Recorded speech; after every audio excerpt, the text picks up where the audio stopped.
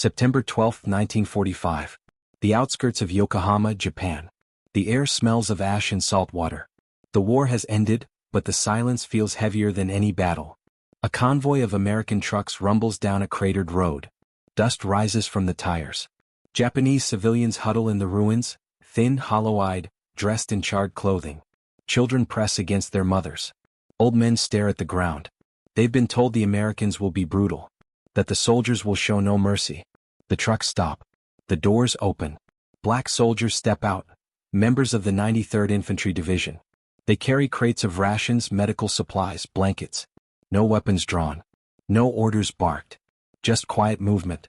A soldier kneels in front of a child. He opens a tin of food. He holds it out. The child doesn't move.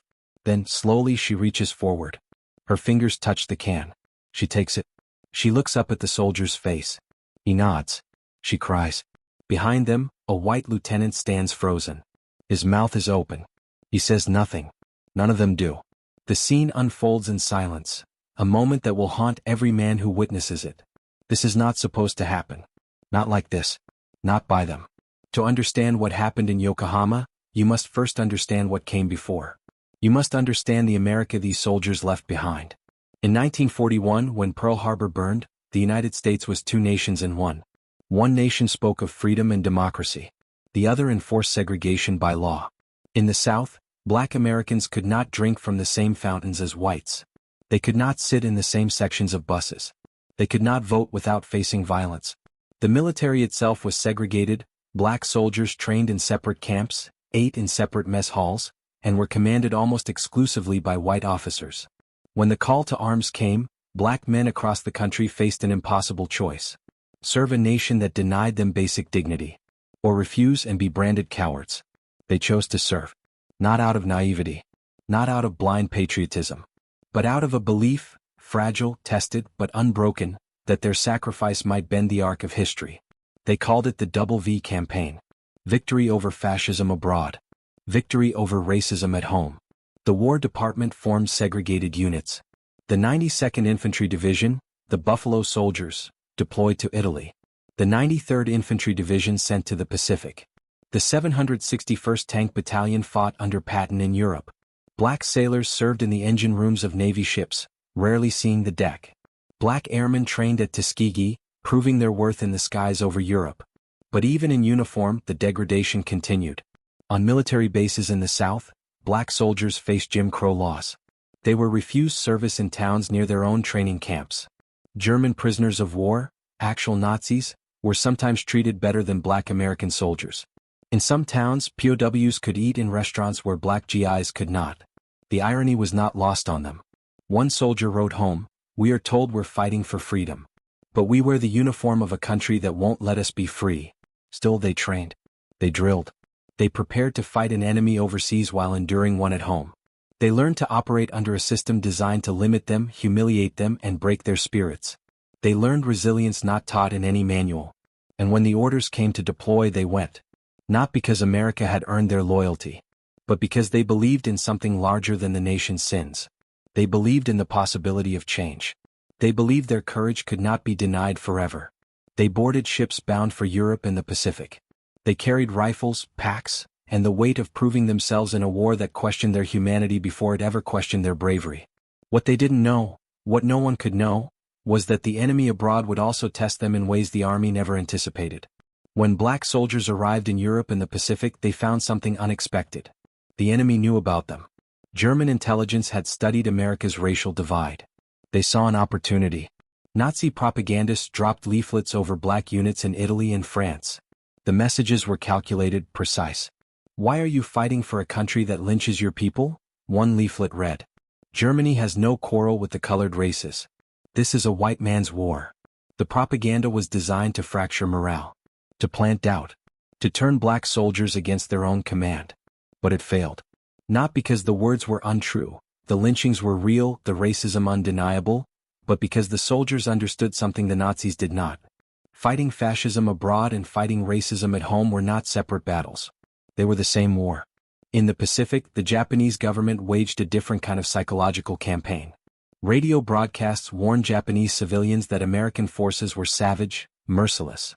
that they would torture prisoners, that they would defile women and murder children. These warnings were not aimed only at black soldiers, they targeted all Americans, but Japanese propaganda made special note of the darker-skinned troops, painting them as particularly barbaric. The civilians believed it. Why wouldn't they? Their government had been feeding them this narrative for years. By the time American forces landed on Japanese soil, entire villages had fled into the hills. Mothers clutched their children and prepared for the worst. Meanwhile, black soldiers faced a cruel reality on both fronts.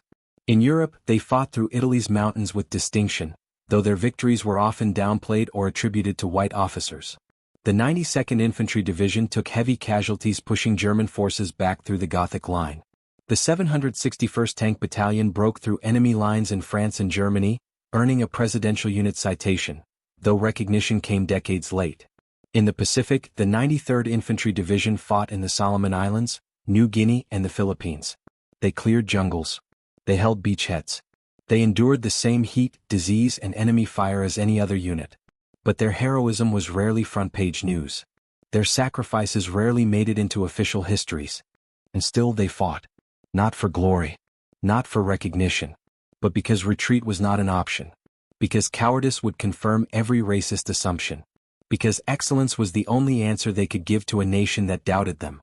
Then came August 1945. 2 atomic bombs. Surrender. The war was over. But the work was not done. Japan lay in ruins. Cities flattened.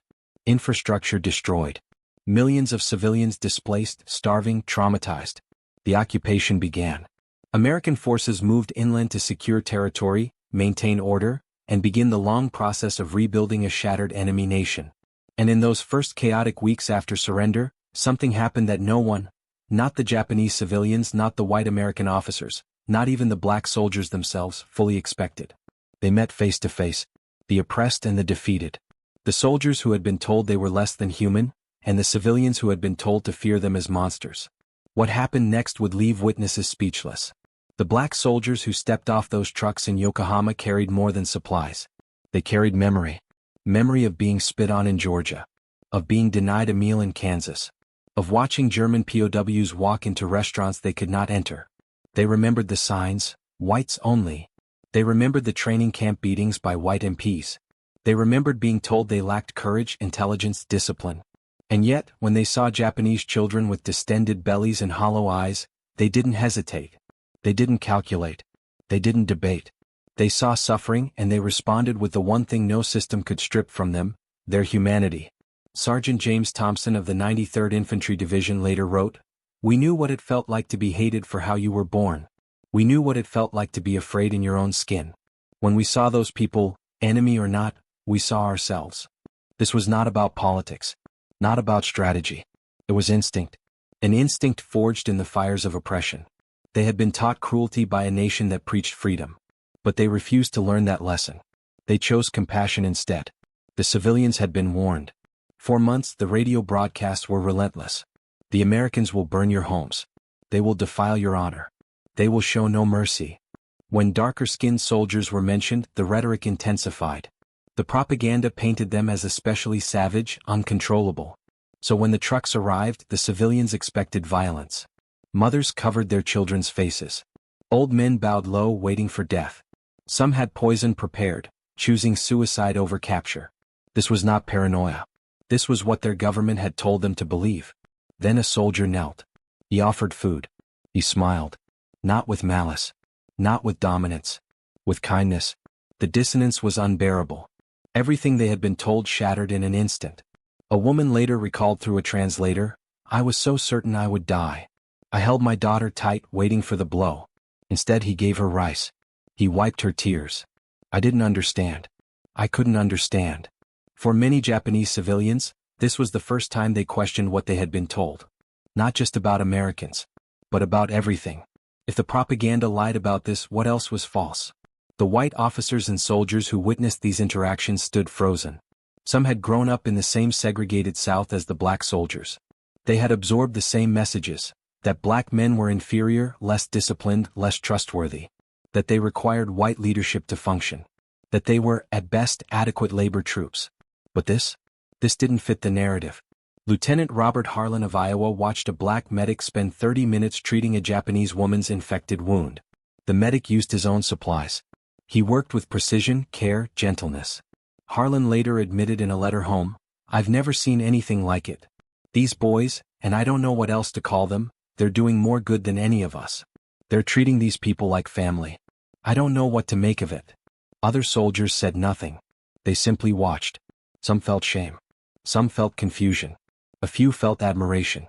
But almost all of them felt something they couldn't name, a crack in the foundation of what they believed about race, about character, about who deserved respect. The silence was not emptiness. It was reckoning. Japan in September 1945 was a landscape of desperation. The atomic bombs had ended the war, but they had not ended the suffering. Tokyo, Osaka, Nagoya, Hiroshima, Nagasaki, entire cities reduced to ash and rubble. Over 8 million people were displaced. Food supplies had collapsed. Infrastructure was destroyed. Disease spread through refugee camps. Starvation was not a distant threat. It was immediate. The Japanese government, in shambles, could not feed its own people. The military stockpiles were depleted. The rice harvest had failed. Children were dying at a rate of hundreds per day. The elderly simply lay down in the ruins and waited for death. The American occupation forces faced a choice. They could enforce order and leave the civilians to fend for themselves. Or they could intervene. The decision came from MacArthur's command: stabilize the population to prevent chaos. Prevent mass death to avoid insurgency. It was strategic, not humanitarian, at least on paper. But strategy doesn't explain what happened on the ground.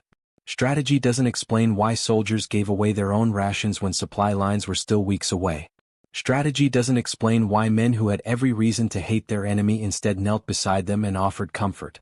The crisis was vast. The response in those first weeks was intimate. One soldier. One family.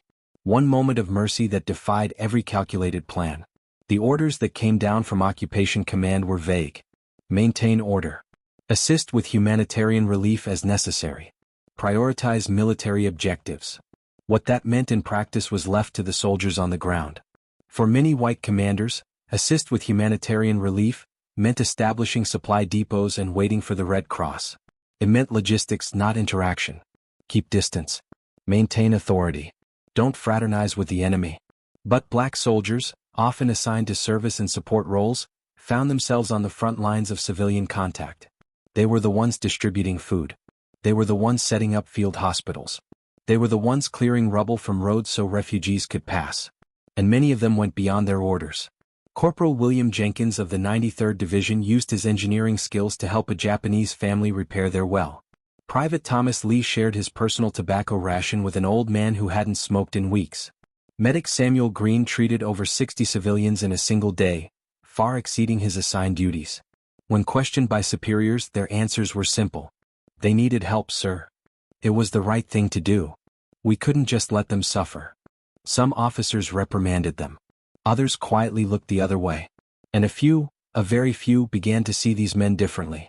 Not as subordinates who needed constant supervision, but as soldiers who understood something about duty that couldn't be taught in a manual. This was not simple charity. These were not neutral victims. These were the civilians of a nation that had bombed Pearl Harbor, that had brutalized prisoners of war, that had committed atrocities across Asia. Japanese soldiers had tortured American POWs, had executed captured airmen, had forced men into death marches. The black soldiers knew this. They had lost brothers in the Pacific. They had seen the photographs. They had heard the stories. They had every reason to turn away, every justification to say, "Not my problem." Not after what they did. But they didn't, because they understood something profound, something that transcended the logic of revenge. They understood that hatred is a cycle.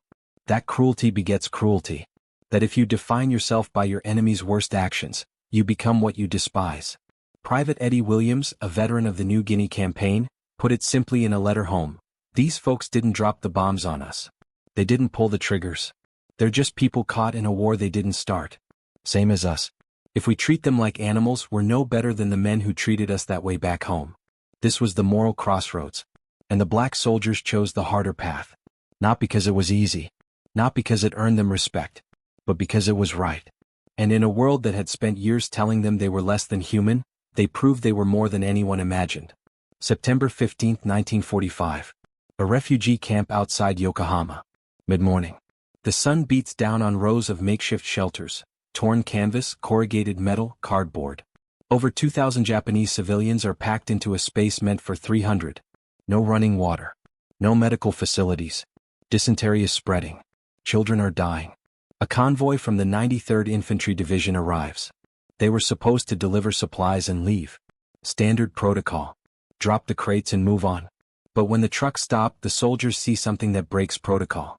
A woman is collapsed near the entrance. Her infant son is in her arms. He's not moving. She's begging in Japanese, words the soldiers don't understand, but the meaning is universal. Help. Please. Help. Medic Samuel Green pushes through the crowd. He's from Alabama. He's 23 years old. He's been trained to treat American soldiers, not enemy civilians. But he doesn't hesitate. He kneels. He checks the baby's pulse. Weak but there. Dehydration. Malnutrition. Minutes from death. Green pulls out his own canteen. He wets the baby's lips. Drop by drop. The mother watches, terrified, hopeful. Other soldiers gather around. The camp goes silent. The baby coughs. Sputters. His eyes flutter open. He cries, a thin, weak sound, but it's life. Green wraps him in his own jacket. He hands him back to the mother. She stares at Green's face. At his dark skin. At the uniform. Then she bows so low her forehead touches the dirt. She's sobbing. Green doesn't know what to say. He just nods. He stands. He moves to the next person who needs help. Around him, the rest of the unit is already moving. Not by order. By instinct. Private James Carter is distributing water to a line of elderly men. Corporal Leon Hayes is setting up a makeshift latrine to stop the spread of disease. Sergeant William Foster is organizing Japanese volunteers to help distribute food more efficiently. They're not just handing out supplies. They're building systems. They're solving problems. And they're being watched. A group of white soldiers from a different unit has stopped their jeep at the edge of the camp. They were heading to another location. But they've heard the commotion. They've come to see what's happening. What they see leaves them speechless. Black soldiers, men they've been told are lazy, unreliable, incapable of leadership, are running a humanitarian operation with precision and compassion. They're coordinating efforts. They're making decisions. They're treating enemy civilians with more dignity than they themselves receive back home. Lieutenant Thomas Crawford, a white officer from Georgia, steps out of the jeep. He watches Green work. He watches Foster organize. He watches Carter comfort a crying child. Crawford's jaw tightens. He says nothing. But his hands are shaking. One of his men whispers, "Sir, should we?" "Shut up," Crawford says. Not angry. Stunned. Just, shut up and watch. They do. They watch for 20 minutes. They watch black soldiers save lives. They watch Japanese civilians, people who were taught to fear Americans, especially black Americans, begin to trust. Begin to smile. Begin to reach out. And in that moment something shifts. The word spreads. Not through official channels. Not through command. Through whispers. Through stories shared in mess tents and bunkers. You need to see what's happening in Yokohama. You need to see what those boys are doing. By the end of September, similar scenes are unfolding across occupied Japan. In Tokyo, soldiers from the 24th Infantry Regiment, another segregated black unit, are rebuilding a destroyed school. They're not ordered to. They're not paid extra. They simply see children sitting in rubble trying to learn and they pick up hammers. In Nagasaki, Private First Class Robert Hall, a combat engineer, spends 3 days repairing a water pipeline that serves a neighborhood of 500 civilians. He works 16-hour shifts. When a Japanese man tries to thank him in broken English, Hall just shakes his head. No thanks needed. Water is water. People are people. In Osaka, Corporal Eddie Davis organizes a medical clinic in a burned-out temple. He has no official authorization. He just sees sick children and knows he can help.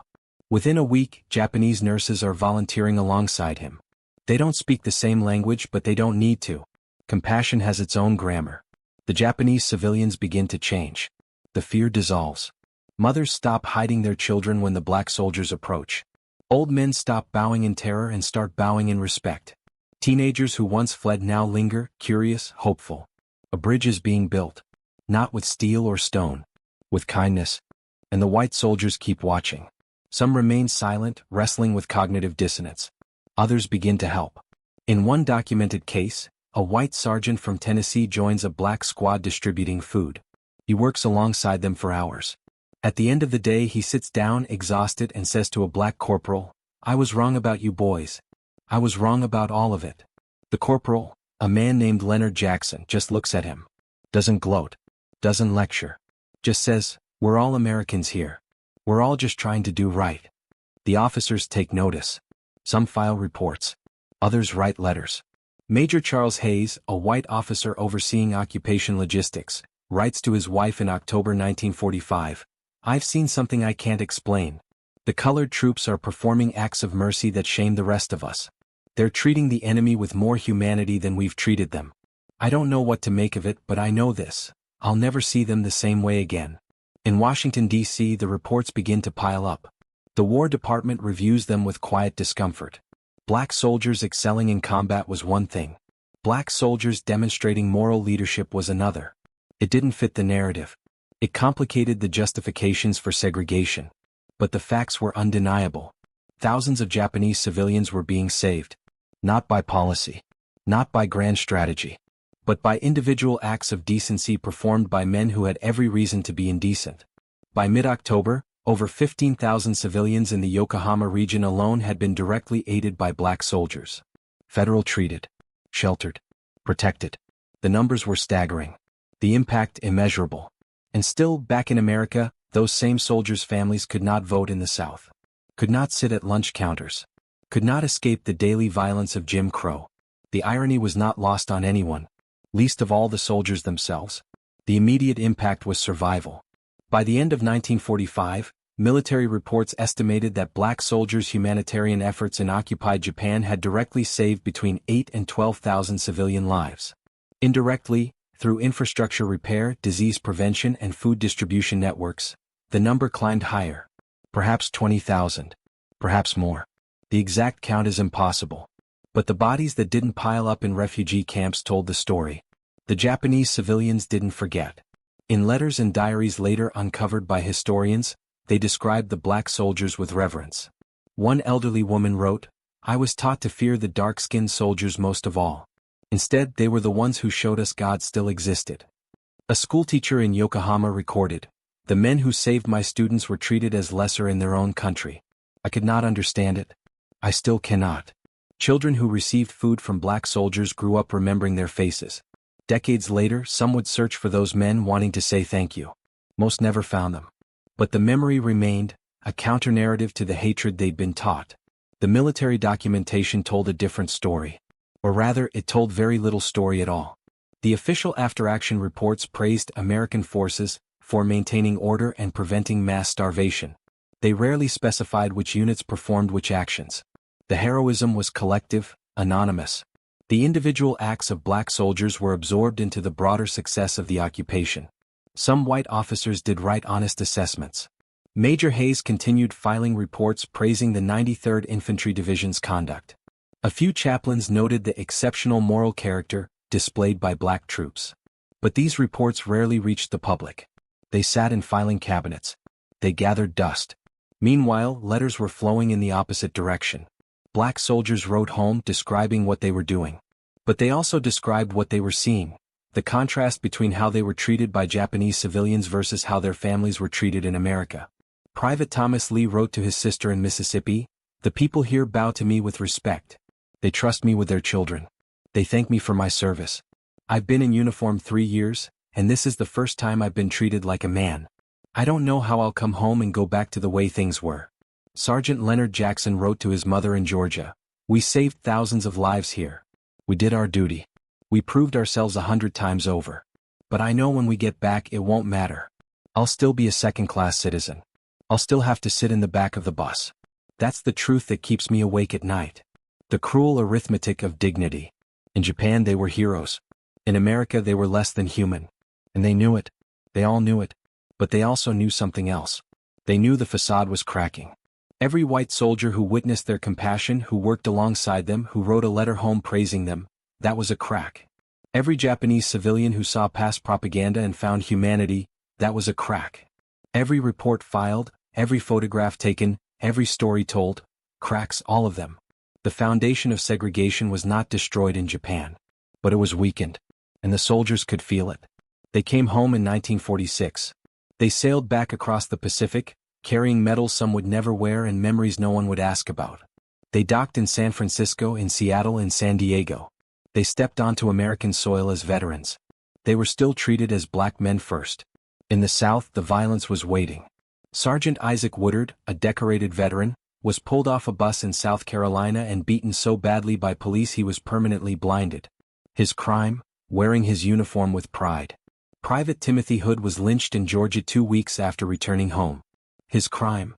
Refusing to step off a sidewalk for a white woman. The WWII campaign had won one victory. The fascists were defeated. But the second victory, the one at home, remained out of reach. And yet, something had changed. The soldiers who returned were not the same men who left. They had seen too much. They had done too much. They had proven their worth not just in combat but in mercy. They would not go quietly back into subjugation. Many joined the NAACP. Others organized voter registration drives, risking their lives to register black citizens in the South. Some became lawyers, doctors, teachers, using their GI Bill benefits to build futures they'd been denied before the war. They became the backbone of the civil rights movement that would ignite a decade later. Medic Samuel Green, the man who saved a baby's life in Yokohama, became a physician in Alabama. He treated patients regardless of race, despite threats from the Klan. When asked why he risked so much, he said simply, "I learned in Japan that saving lives doesn't have a color. I won't unlearn that now." Private James Carter, who distributed water in refugee camps, became a teacher in Mississippi. He taught black children their history, including the history the textbooks left out. The history of black soldiers who fought and bled and showed mercy when no one expected them to.